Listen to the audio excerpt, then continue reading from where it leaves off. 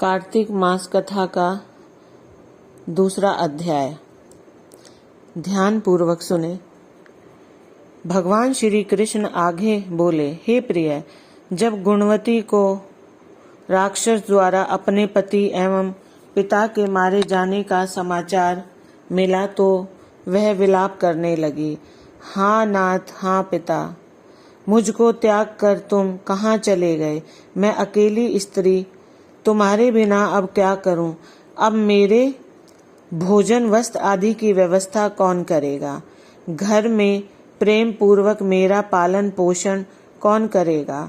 मैं कुछ भी नहीं कर सकती। मुझ विधवा की कौन रक्षा करेगा? मैं कहाँ जाऊं?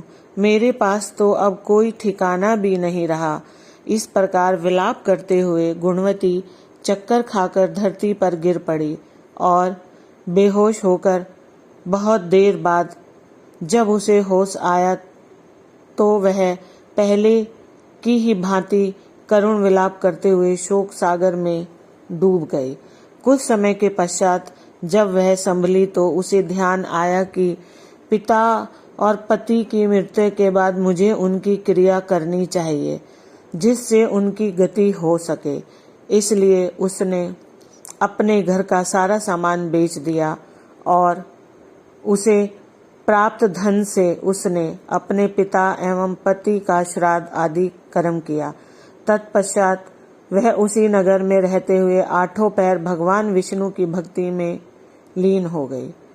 उसने मृत्यु पर्यंत एक नियम पूर्वक सभी एकादशियों का व्रत और कार्तिक महीने में उपवास एवं व्रत किए। हे प्रिय, एकादशी और कार्तिक व्रत मुझे बहुत प्रिय हैं।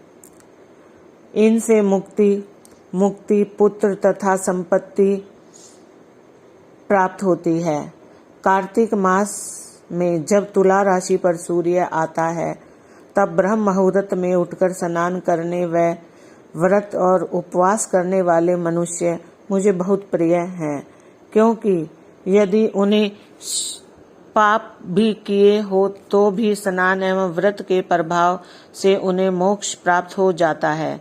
कार्तिक में स्नान, जागरण, दीपदान तथा तुलसी के पौधे की रक्षा करने वाले मनुष्य साक्षात भगवान विष्णु के समान हैं।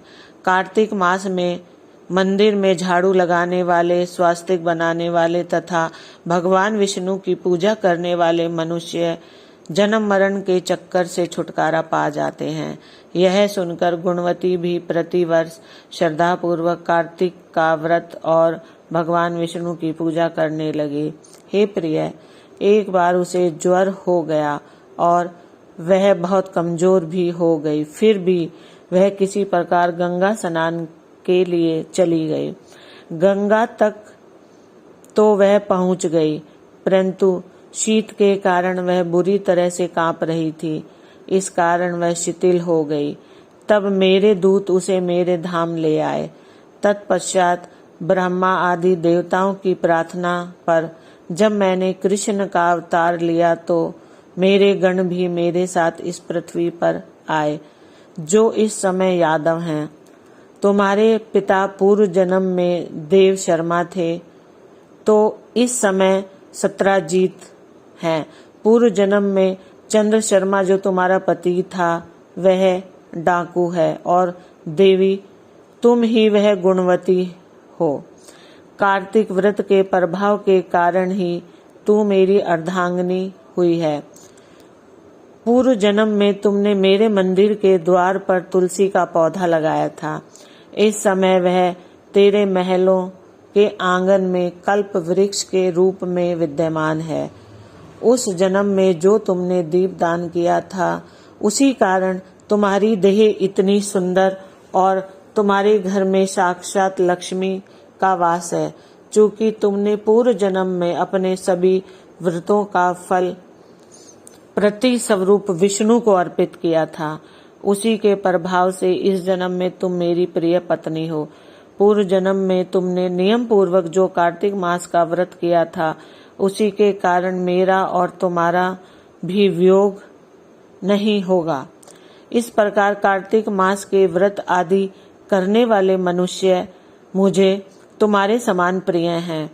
दूसरे जप तप यज्ञ दान आदि करने से प्राप्त फल कार्तिक मास में किए व्रत के फल से बहुत थोड़ा होता है, अर्थात कार्तिक मास के व्रतों का 16वां भाग भी नहीं होता।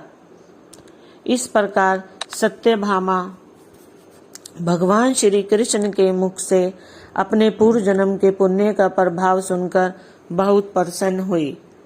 आगे की कथा मैं आपको तीसरे अध्याय में सुनाऊंगी। कृपया ध्यान लगाकर सुनना। आपको कथा पसंद आए तो आप चैनल को सब्सक्राइब करना,